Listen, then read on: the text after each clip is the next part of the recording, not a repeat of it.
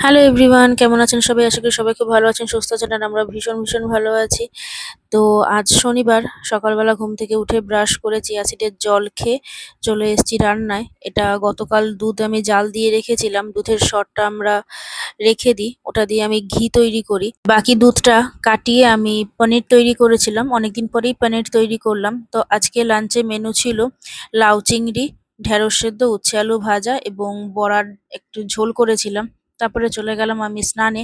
স্নান টান শেষ করে রেডি হয়ে তারপরে ঠাকুর দিয়ে আমি চলে গিয়েছিলাম লাঞ্চ করতে।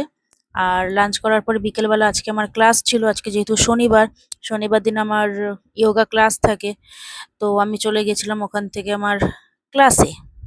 ক্লাসে গিয়ে বেশ কিছুক্ষণ ব্যায়াম করে অনেকটা ঘাম ঝরিয়ে তারপরে ফিরেছিলাম বাড়ি।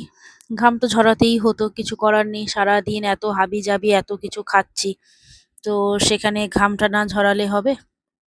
ঘাম-টাম ঝরিয়ে অনেকটা ক্যালোরি বার্ন করে চলে এসেছি বাড়িতে। বাড়িতে এসে রেডি হয়ে আবার একটুখানি আমাকে বেরোতে হবে।